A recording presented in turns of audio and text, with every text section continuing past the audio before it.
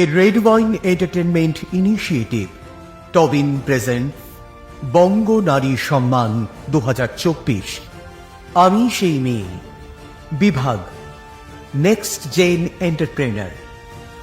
এইবার স্টেজে আমরা এমন একজনকে আমন্ত্রণ জানাবো যিনি একজন নারীকে শির দাঁড়া সোজা করে ইট কংক্রিটের ভিড়ে মাথা উঁচু করে লড়তে শেখান, যিনি মেয়েদের শুধুমাত্র রান্না আর চুল বাঁধার মধ্যে সীমাবদ্ধ থাকার বদলে পুরুষতান্ত্রিক সমাজে কাঁধে কাঁধ মিলিয়ে চলার অনুপ্রেরণা দেন বারবার।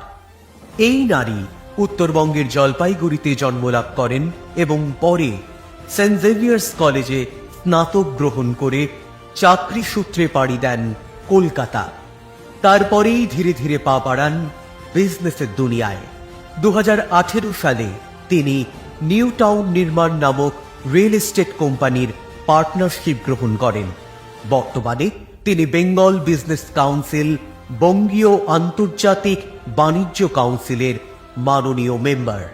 তার এই লড়াইকে সম্মান জানানোর জন্য মিস সুকন্যা দাসকে ডেকে নেব বঙ্গ নারী সম্মান 2024-এর এই মঞ্চে নেক্সট জেন এন্টারপ্রেনার ক্যাটেগরির এই সম্মান অর্পণ করবার জন্য। নেক্সট জেন এন্টারপ্রেনিয়র ক্যাটেগরির এই সম্মান অর্পণ করবার জন্য মঞ্চে এই মুহূর্তে সুকন্যা দাস, সেই সাথে আমাদের সাথে রয়েছেন এই পুরস্কার অর্পণ করবার জন্য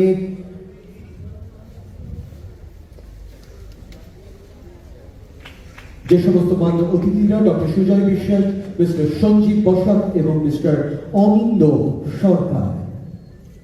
বঙ্গনারী সম্মান 2024 সিজন 3 আপনারা দেখছেন রেড ওয়ান এন্টারটেনমেন্ট ইনিশিয়েটিভ টপিং প্রেজেন্ট বঙ্গনারী সম্মান। যে সমস্ত বঙ্গনারীদের আমরা এই মঞ্চে সম্মান অর্পণ করছি তারা নিজেদের কৃতিত্বেই গরিয়ান। আজকের এই মঞ্চ হয়ে উঠুক সেই মর্যাদার প্রতিষ্ঠান যেখানে আমরা আমাদের প্রাণের শ্রদ্ধা, আমাদের প্রাণের অর্থ জানাবো এই সমস্ত বীরাঙ্গনাদের বিজয়ীদের।